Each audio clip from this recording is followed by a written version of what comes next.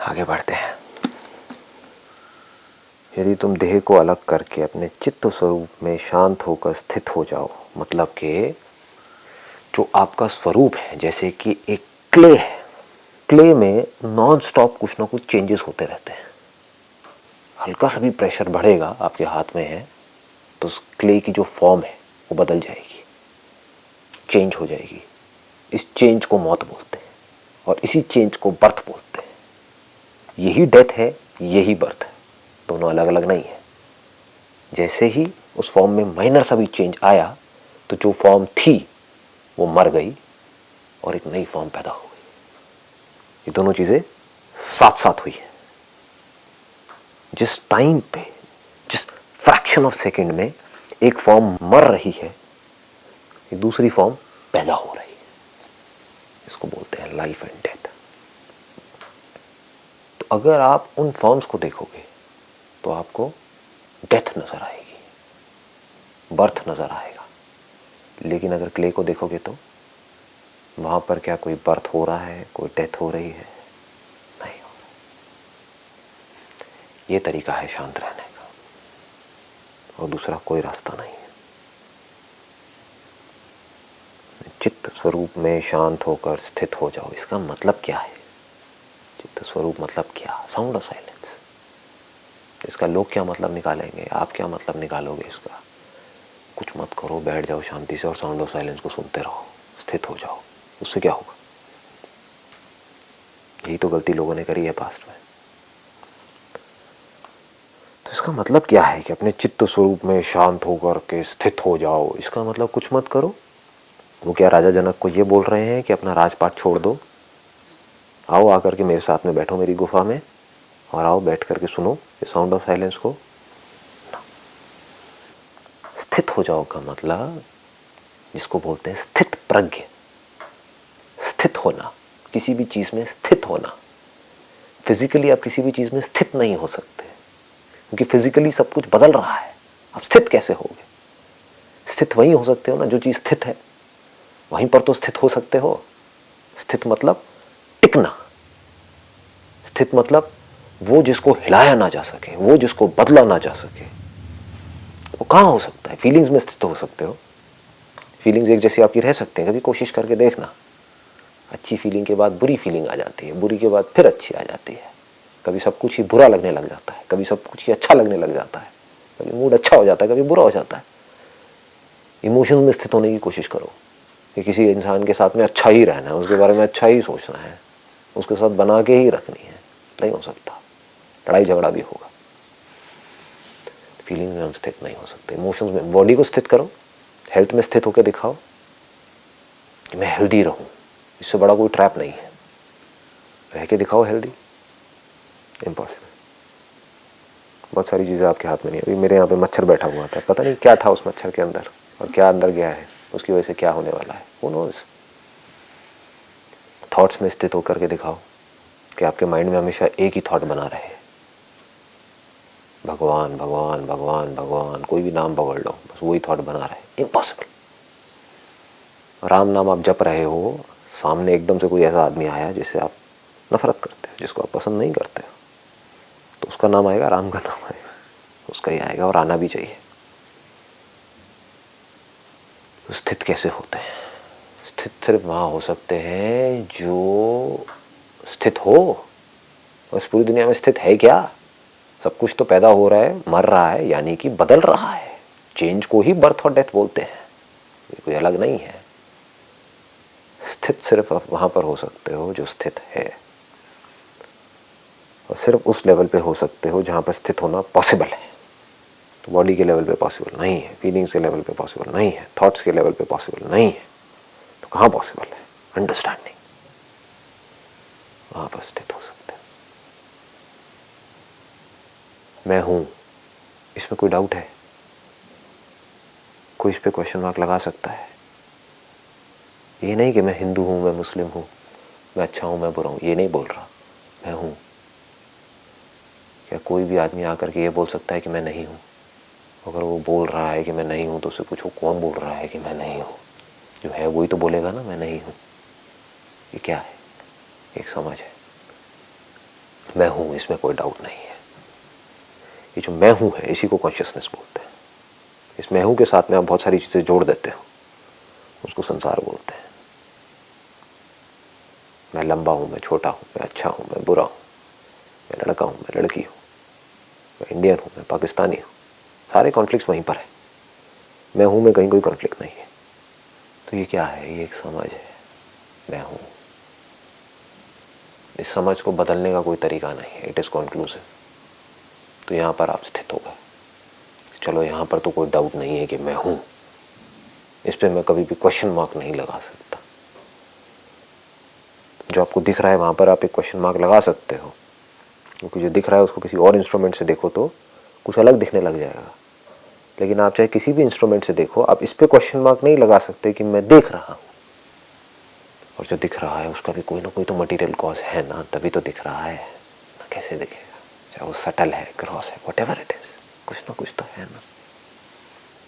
तो वहाँ से इंक्वायरी कर करके आप यहाँ तक पहुँचे कि जो भी कुछ दिख रहा है और जो देख रहा है, उन दोनों का जो कॉज है, यानी कि जो मटेरियल है, जो सोर्स है, वो एक ही है। तो साउंड ऑफ साइलेंस है। स्थित आप वहीं हो सकते हो जो स्थित है। तो सिर्फ यही स्थित है, और क्या स्थित है बताओ? तो अगर हमको ये समझ आ गया तो क्या होगा कि मैं उसको सुनने वाला नहीं हूँ, मैं वो ही हूँ। अब मुझे किसी से अलग होना नहीं है, अलग ही हूँ। जैसे अगर एक बेसिक सी चीज़ को आप टटोलोगे कि जो भी हमारी ज़िंदगी में दुख है वो क्यों होता है, वो होता है क्योंकि आप कहीं ना कहीं जा करके जुड़ते हो अपने माइंड के लेवल पे, आप कुछ और बन जाते हो। दुखी कौन होता है? एक बाप दुखी होता है, बेटा दुखी होता है, पति दुखी होता है, पत्नी दुखी होती है, दोस्त दुखी होता है। ये सब क्या है? वो जो किसी न किसी से जुड़ा हुआ है। आदमी दुखी होता है क्या? औरत दुखी होती है क्या? नहीं होते।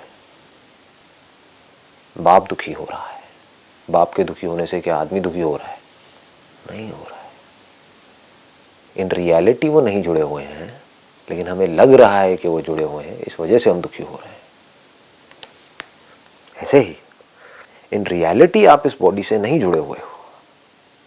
आपका जो मैं हूं है वो इस बॉडी से कभी जुड़ा ही नहीं है, आप कभी बंधे ही नहीं हो, तो मुक्त कैसे होगे?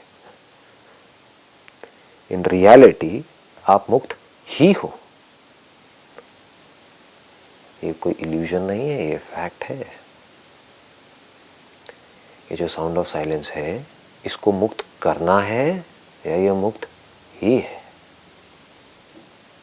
इसको आपने पैदा किया है, यानी कि बनाया है, या ये तो थी? हमारा ध्यान कहीं और था, तो हमने इसको डिस्कवर किया है, ना कि पैदा किया है। जैसे लॉ ऑफ ग्रेविटी को किसी ने पैदा नहीं किया है, डिस्कवर किया है, वो तो था।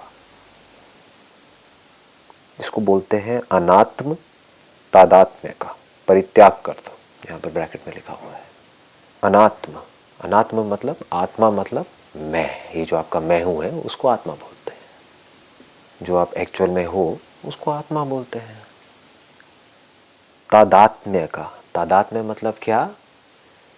तद आत्म, मतलब कि वो एक्चुअल में आत्मा नहीं है, वो अनात्मा है, लेकिन आप उसको आत्मा कह रहे हो। यानी कि ये जो बॉडी है ये एक्चुअल में मैं हूँ नहीं है। अगर आपको थोड़ा सा भी डाउट है तो आप कहते हो कि हाथ मैं हूँ, तो इस हाथ को काट के देखो, आपको पता लगेगा कि उसके बाद भी मैं हूँ। अच्छा मैं देख रहा हूँ, तो इन आँखों को हटा दो, फिर भी आप हो। वो मैं हूँ नहीं जाता है। तो मैं जो कि साक्षी हूँ, यानी कि वो जो हमेशा रहता है, वो साउंड ऑफ साइलेंस जो हमेशा रहती है। इस बॉडी के होने से पहले भी वो थी, इस बॉडी के जाने के बाद भी वो रहेगी। बॉडीज़ अपने आप बनती रहती हैं, मिटती रहती हैं। कुछ जानवर की बॉडीज़ बनती हैं, कुछ प्लांट्स की बॉडीज़ बनती हैं, कुछ सो कॉल्ड इंसान की बॉडीज़ बनती हैं, और वो धीरे धीरे टाइम के साथ साथ इवॉल्व होती रहती है, डिपेंडिंग अपॉन द नीड। उस वक्त क्या नीड है उसके हिसाब से चेंजेस आते रहते हैं। उन चेंजेस के अकॉर्डिंग वो साक्षी जो था है और रहेगा, उसको कुछ दिखता रहता है। जिस इंस्ट्रूमेंट से जो दिखता है उसके हिसाब से रिकॉर्डिंग होती है, उससे अलग कैसे होगी? चमगादड़ को जो दिखेगा वही तो उसकी मेमोरी में फीड होगा ना, अलग कुछ हो सकता है क्या फीड? दिखेगा तभी फीड होगा। तो ये जो देखने का नेचर है ये नहीं बदलता है। इंस्ट्रूमेंट्स बनते रहते हैं और मिटते रहते हैं। हमें गलतफहमी क्या हो गई है कि ये जो साउंड ऑफ साइलेंस है, ये तो किसी को पता ही नहीं है कि साउंड ऑफ साइलेंस भी है। आज तक इसके बारे में किसी ने खुल के बात ही नहीं करी है। गलतफहमी क्या है कि मैं सिर्फ इसी बॉडी तक हूं, बस। ये सारी गड़बड़ की जड़ है। इसको इग्नोरेंस बोलते हैं, इसको अज्ञान बोलते हैं। क्योंकि मुझे नहीं पता कि मैं क्या हूं, इसलिए मैं अपने आप को ये बॉडी समझ लेता हूं। तो ट्रेडिशनली क्या होता है, एक आदमी को बताया जाता है, समझाया जाता है कि आप ये बॉडी नहीं हो। वो कहता है फिर मैं क्या हूं? तो कहता है ढूंढो। तो एक सर्च शुरू होती है जो लाखों में से किसी एक को मिलता है कि हाँ ऐसी कोई रियलिटी है। क्योंकि ये मैं हूँ मरता नहीं है, ये मैं हूँ चलता रहता है। थॉट्स आते हैं जाते हैं, कभी दिखने लग जाता है, कभी सुनाई देने लग जाता है। ये सब बदलता रहता है depending upon the instrument, depending upon the impressions which are stored in the mind, जिसको हम थॉट्स बोलते हैं, फीलिंग्स बोलते हैं। उसके अकॉर्डिंग सब कुछ बदल रहा होता है। लेकिन ये मैं हूँ नहीं बदलता है, ये वहीं का वहीं है। ये कभी बूढ़ा नहीं होता है। ये जो मैं हूं आपका है, ये बिल्कुल वैसा ही है जैसा बचपन में था। ये नहीं बूढ़ा हुआ है, ये नहीं बीमार हुआ है। किसी को खुद को नहीं लगता है कि मैं बूढ़ा हुआ हूं। उसको देख करके जब वो शीशे में देखता है तब उसको लगता है कि तो ये क्या हो गया, बट उसको खुद को नहीं लग रहा होता है। साक्षी बिल्कुल वैसा ही रहता है जैसा वो पहले था।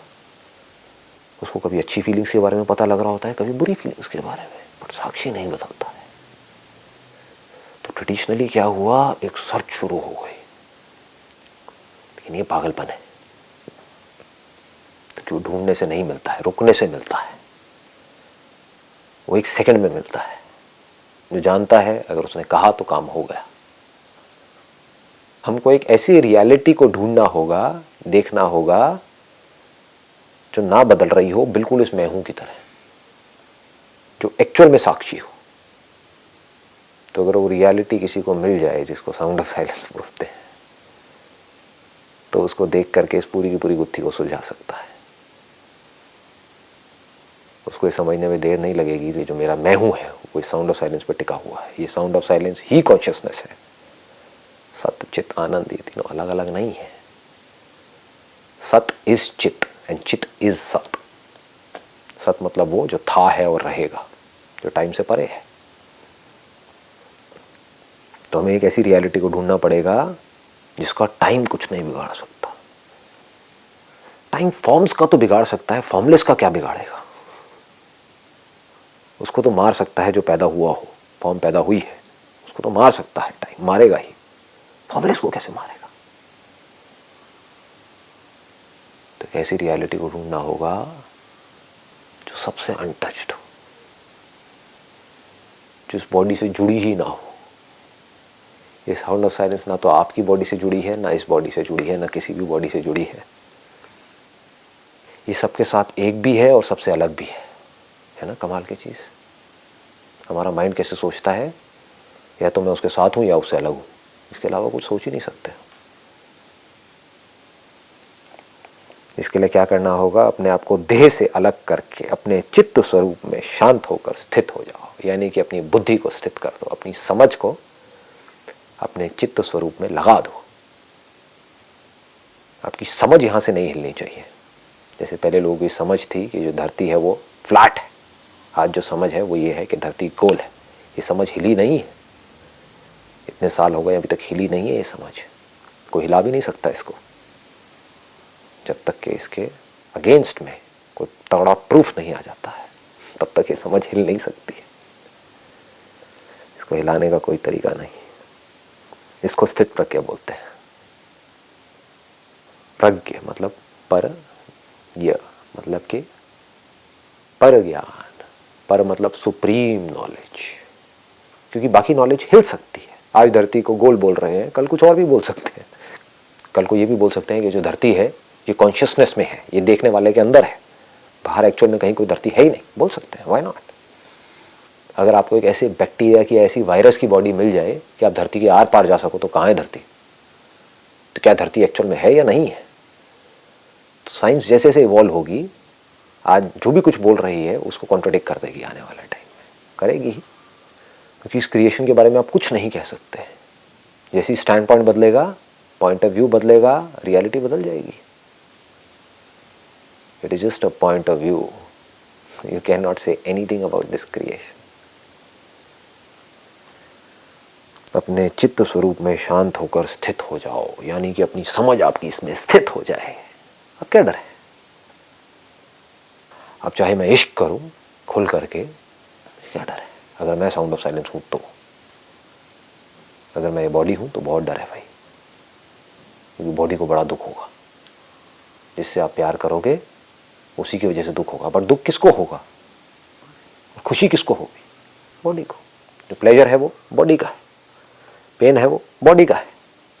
ब्रेन के थ्रू पता लग रहा है, पता किसको लग रहा है? मुझे लग रहा है। जिसको पता लग रहा है वो मुक्त है। जो भी पता लग रहा है लगता रहे, उसे पर क्या पड़ रहा है। लड़ोगे तो खुल के लड़ोगे, पूरी पावर के साथ, बिना किसी रिग्रेट के, बिना किसी डर के। चाहे वो बॉडी मरती है, चाहे ये बॉडी मरती है, क्या फर्क पड़ता है, क्योंकि पहले ही मरे हुए हैं। बॉडी जिंदा है कहाँ? जो जिंदा है उसको मारने का कोई तरीका नहीं है। जिंदा क्या है? मैं हूं, वही तो जिंदा है। साक्षी जिंदा है। साक्षी को मारने का कोई तरीका नहीं है। साउंड ऑफ साइलेंस को मारने का कोई तरीका नहीं है। बॉडीज को बचाने का कोई तरीका नहीं है। लेकिन उसके बाद भी अगर आप कुछ गलत कर रहे हो किसी के साथ में, तो इसका मतलब अभी आपको पूरा खेल समझ नहीं आया है, और जल्दी से सुन करके कुछ गलत उल्टे सीधे काम कर रहे हो कि अच्छा जब कोई फर्क ही नहीं पड़ता है तो कुछ भी करो। तो इसका मतलब आपको ये नहीं समझ आया है कि जो इंस्ट्रूमेंट्स हैं ये किसके बने हैं, इसका मटेरियल कॉज क्या है, किस में ये सब कुछ है, किस में ये स्थित रहता है, इसका सबस्ट्रेटम क्या है। साउंड ऑफ साइलेंस ही तो है, क्योंकि किसी भी बदलाव के होने के लिए, उसके होने के लिए कुछ ऐसा होना चाहिए जो ना बदल रहा हो। एक बदलती हुई मूवी के होने के लिए एक स्क्रीन होनी चाहिए जो खुद ना बदल रही हो। तो क्या जो स्क्रीन पे बदल रहा है वो स्क्रीन से अलग है? क्या लहरें पानी से अलग है? जितनी भी लहरें उठ रही हैं समुद्र में, क्या वो पानी से अलग है? उसी पानी की बनी है। बुलबुले उसी पानी के बने हैं। तो जब आपको ये समझ आ जाएगा अच्छे से, तो आप चाह करके भी कभी किसी के साथ में गलत नहीं कर पाओगे। लेकिन अगर सबके भले के लिए आपको कुछ का गलत करना भी पड़े तो आप पीछे भी नहीं हटोगे। तो वायलेंस में भी आप शांत रहो, वायलेंट से वायलेंट सिचुएशन में भी आप शांत रहो, प्यार में यानी कि किसी से जुड़ने में भी आप शांत रहो, और बिल्कुल फियरलेस रहो। जुड़ना है जुड़ गए, अलग होने में भी आप शांत रहो। जब कंडीशंस बदलेगी तो अलग होना ही होना है, उसमें भी आप शांत रहो। वो सिर्फ तभी रह सकते हो जब आप शांत हो। अगर आप शांत नहीं हो तो शांत होने का कोई तरीका नहीं है। तो मैं एक्चुअल में कौन हूं? मैं एक्चुअल में शांत हूं, मैं एक्चुअल में मुक्त हूं, मैं एक्चुअल में सुखी हूं। तो सुखी होना नहीं है, शांत होना नहीं है, बंधन मुक्त होना नहीं है, क्योंकि अगर बंधन है तो मुक्त होने का कोई तरीका नहीं है। मैं एक्चुअल में बंधन मुक्त हूं, मैं एक्चुअल में अनटच्ड हूं। मुझे इनफाइनाइट होना नहीं है, मैं एक्चुअल में इनफाइनाइट हूं। तो मुझे आनंद चाहिए नहीं है। जो इनफाइनाइट है वो आनंद में है, जो फाइनाइट है वो दुखी है। जो इनफाइनाइट है वो फियरलेस है, जो फाइनाइट है वो डर में जी रहा है। अगर ये समझ आ गया कि मैं ही साउंड ऑफ साइलेंस हूं, तो कुछ करने को रहा ही नहीं। इसको स्थित होना बोलते हैं। तो आप लोगों को क्या करना होगा? धीरे धीरे, सच तो अब आपके सामने है, ढूंढना नहीं है, कहीं जाना नहीं है, कुछ करना नहीं है, सिर्फ समझना है। आराम से टिक करके बैठना है, सुनना है और समझते चले जाना है। और जो समझ रहे हो उसको देखते रहना है। खुद देख लोगे तो वो पक्का हो जाएगा। जो मैंने कहा, अगर खुद भी उस सच को देख लिया, ये सच है कि चाहे आंखें हों चाहे ना हो, आपका मैं हूं नहीं मरता है। आंखों के थ्रू जो भी रिकॉर्ड किया है, चाहे आप उसको देख रहे हो चाहे नहीं देख रहे हो, मैं हूं नहीं मरता है। या तो वो मैं हूं किसी साउंड को पकड़ लेता है कानों के थ्रू, या कानों के थ्रू जो भी साउंड अंदर पड़ी हुई है उसकी रिकॉर्डिंग को पकड़ लेता है। अंदर ही अंदर कोई वर्ड्स बोलने लग जाता है और उसकी इमेजेस आ जाती है जिसको थॉट्स बोलते हैं। लेकिन जिस वक्त ये पूरा खेल भी नहीं चल रहा होता है, कुछ नहीं हो रहा होता है, तब भी आप होते हो। गहरी नींद में जब आपने सब कुछ छोड़ दिया होता है, तब भी आप होते हो। अगर कोई ज़ोर से आवाज़ लगाए तो आप उठ जाते हो, इसका मतलब आप थे, आप कॉन्शियस थे, अनकॉन्शियस तो नहीं थे। लेकिन ऐसा भी हो सकता है कि आप गहरी नींद में हो और किसी ने आवाज़ लगाई और आप नहीं उठे। जैसे बोलते हैं कि कोई कोमा में है या आपको एनेस्थीसिया दिया हुआ है, तब क्या होता है? तब ये जो इंस्ट्रूमेंट है, इसके अंदर कुछ ऐसे केमिकल्स डाल दिए जाते हैं, वो नर्व्स जिसके थ्रू वो साउंड ट्रैवल करके आनी थी वो अब तक नहीं पहुंच रही है।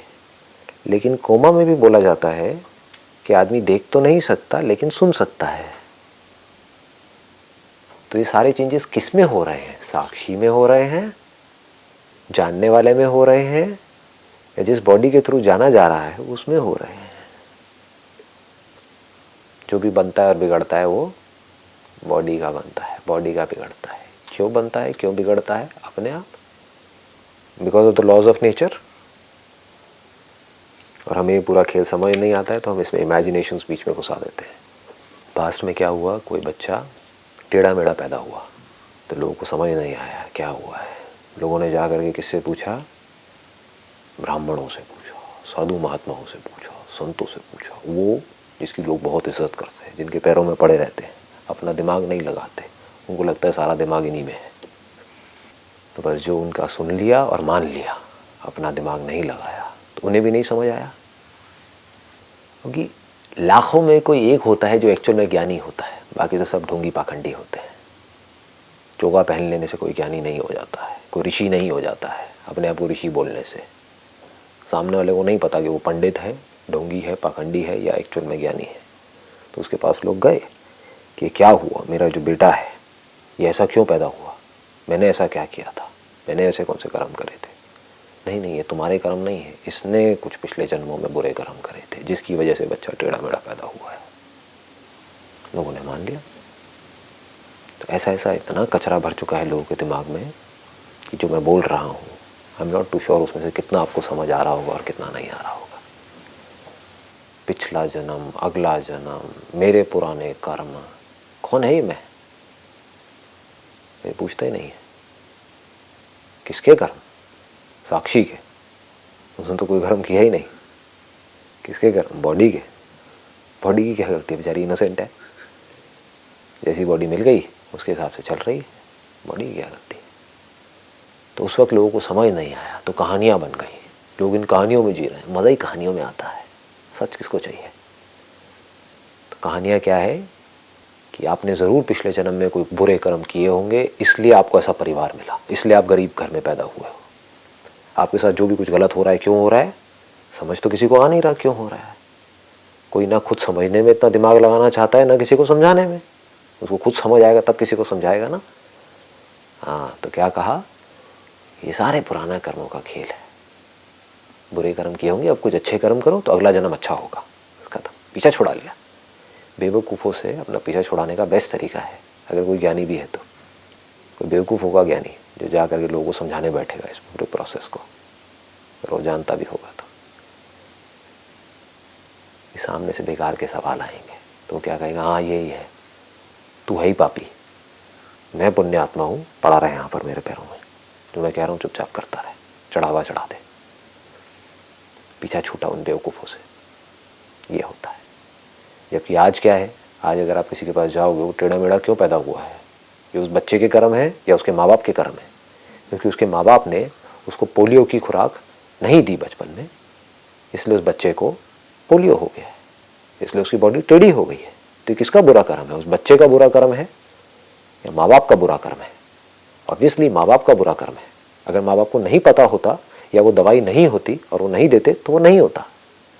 बट आज दवाई है, टीवी में उन्होंने देखा कि पोलियो की खुराक देनी होती है बच्चे को पैदा होते ही, फिर भी उन्होंने नहीं दी कि क्या फ़र्क पड़ता है, और उनके बच्चे को पोलियो हो गया। अब साधु जी क्या कह रहे हैं, महात्मा जी क्या कह रहे हैं कि इसने कुछ बुरे कर्म किए होंगे, इसने नहीं करे हैं, इसके माँ बाप ने करे। ये सच है, which nobody can question. Truth is simple, it is straightforward, without any stories, without any further questioning. जो है जैसा है उसको देख लेना, ये सच है। ठीक है जी, wish you all the very best.